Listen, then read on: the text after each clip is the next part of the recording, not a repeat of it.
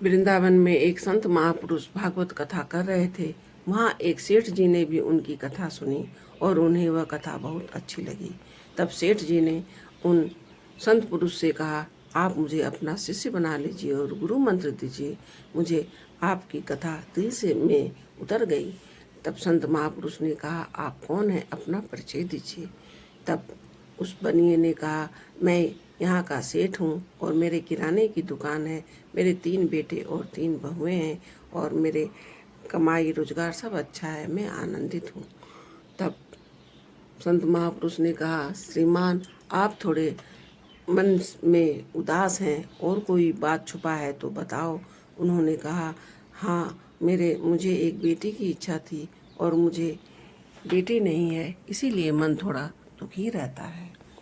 तब संत महापुरुष ने कहा, इसमें चिंता की क्या बात है, आप राधे रानी को ही अपनी बेटी बना लो।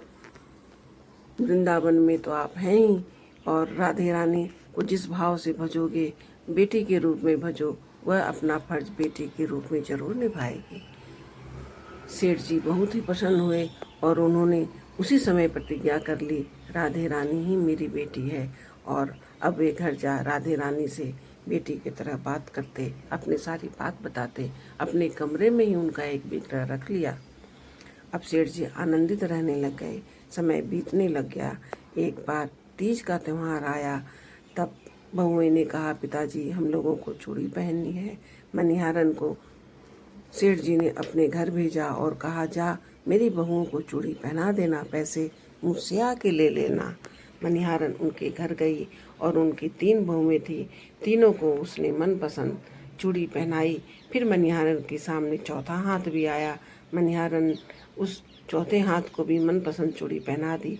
जब वह दुकान सेठ जी को बोली, सेठ जी आपकी बहुओं ने चूड़ी पहन ली, अब आप मुझे 4 जोड़ा हाथ के पैसे दीजिए, मैंने आपकी 4 औरतों को चूड़ी पहनाई है। सेठ जी बिदक गए और बोले, अरे दिन दहाड़े ठगती हो, मेरी तो 3 ही बहुएं हैं, तुम चौथी के पैसे क्यों ठगती हो। वो बोले, नहीं मैं झूठ नहीं कहती, आप अपनी बहुओं से पूछ लेना।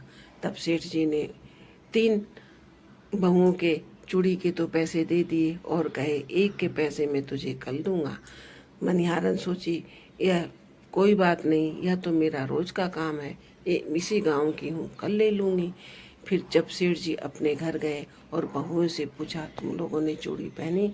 बहुएं बोली, हाँ पिताजी बहुत सुंदर चूड़ी थी, हम लोगों ने पहनी। तब ससुर जी ने पूछा कि वह चौथी कौन थी, 4 चूड़ी तुम 3 और एक कौन चूड़ी पहना। तो बहुओं ने कहा, पिताजी हम 3 ही थी, चौथी तो कोई नहीं। तब सेठ जी के मन में विचार आया, वो हमें ठग रही है। फिर इस तरह विचार कर अपने कमरे में चले गए, राधा रानी को भोग लगाया और फिर वे सोने के लिए चले गए। जब वह हल्की सी आंख बंद की थी कि राधा रानी साक्षात प्रकट हो गई और बोली, क्यों बाबूजी, आप सिर्फ मुँह से ही बेटी मानते हो, अपनी बेटी को भूल गए, बहुओं को चूड़ी पहना रहे थे। क्यों, मैं आपकी बेटी नहीं, आपने मुझे बेटी नहीं माना। अगर आपने दिल से मुझे अपनी बेटी माना होता तो आप मुझे कैसे भूलते। क्या मेरा आपके ऊपर कोई हक नहीं, मैं आपकी बेटी नहीं, मुझे आपसे चूड़ी गहने कपड़े पहनने का हक नहीं। तब सेठ को एक बेग उठ के बैठ गया और रोने लग गया। बोला, नहीं नहीं, मेरी भक्ति में कमी आ गई, लेकिन तुम सच साक्षात मेरी बेटी हो, तुमने मेरी आँख खोल दी।